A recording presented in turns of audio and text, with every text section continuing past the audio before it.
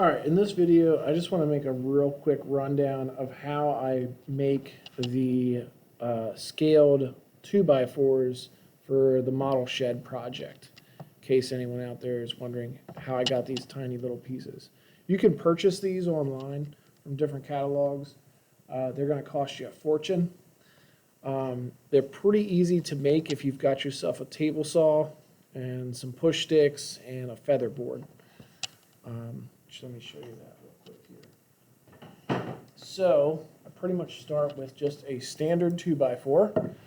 I try to get the straightest ones I can. I know this is actually like a 2x2. It's already been cut a couple of times. And I set the blade size with an actual architect scale to 2 inches. And I know a 2x4 is not actually 2 inches, it's 1.5 inches. And I've done that in the past, but what happens is the boards get so small and so flimsy that when I rip a piece off of a 2x4 like this, it ends up getting so thin and so flimsy that it's very hard to keep it consistent as it runs through the blade. And you end up with really thin spots and then spots that are the right thickness, and you end up wasting more of it than what you actually get. And it's more hazardous the thinner you cut it. So I find that just making it that tiny bit bigger, 2 inches on the actual scale, it makes the math and drawing the project a whole lot easier for the students, and it also makes this piece just a little bit more rigid, so it's easier to cut.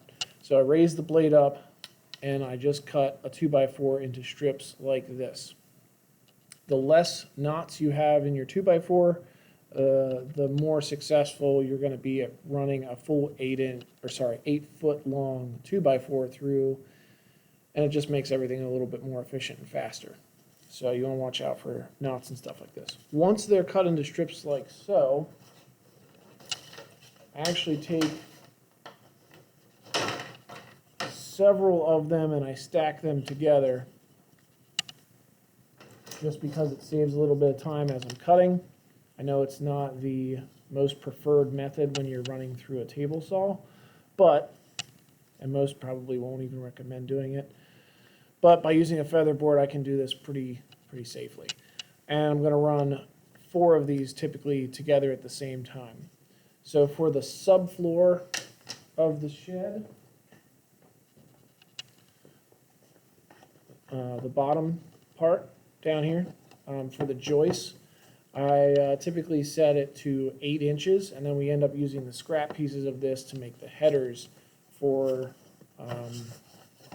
any doors or windows at the top of the wall here.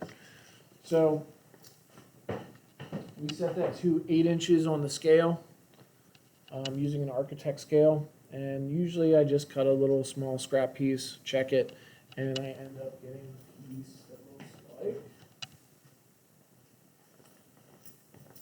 like this. And I can get 2 of these out of one of the original strips with hardly any waste at all. It's pretty much just sawdust. So I get 2 of those out of one of my original strips. And typically one strip will do one student's floor on average. Some students make a 6x8 shed. Some students make a 12x12 shed. Those are pretty much the limits that I put them in. They can choose what size they want to do. So if I take four of these, I'm actually going to run those through the table saw at 4 inches for the 2x4s and 8 inches for the subflooring or the joists. So when I run these through, let's see if I can move this out of the way a little bit so you can see it better. I actually have a feather board clamped to the fence here. So as I run these through, the feather board's going to grab these boards, and these leaves, or feathers if you will, of the feather board sort of move out of the way, but they won't allow the boards to come back. So they pinch them in there. I can run these boards through until I can't quite reach into the blades. I can go around the other side and I can pull them the rest of the way through without having any kickbacks, without having to cut any super tiny small pieces with a push stick. I can just guide them through, and this is going to hold the feather board here. That's going to hold everything in place while I run them through the saw, and it makes it super easy. And the only scrap that I end up with is a bunch of sawdust and a piece here about the size of a toothpick. And I will get 3 2x4 pieces out of these guys. And for each one of the students' walls, it typically takes one of those 8-foot pieces. So I'll get 3 out of there. So you figure with their trusses and their studs for their walls, you probably need to cut 2 of these strips up completely. So for about 60 to 80 students, I usually cut up 10 full-size 2x4s into these strips. I don't use the ends because they end up having rounded corners on them, and you get like goofy size 2x4s that just aren't as square and don't fit into things as well.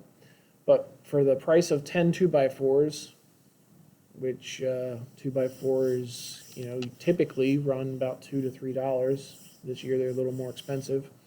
You can do a project like that full-size shed with all of your students for way less money. It's a little bit of work to cut them up, but if you have some more advanced kids and you set it up with feather boards and stuff like this, it's a little bit safer and easier to do. It's not so terrible.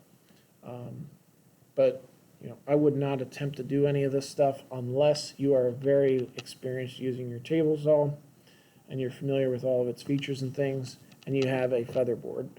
I would not do this without a feather board or without a push stick. And you are going to chew up your push sticks even if you use them very carefully.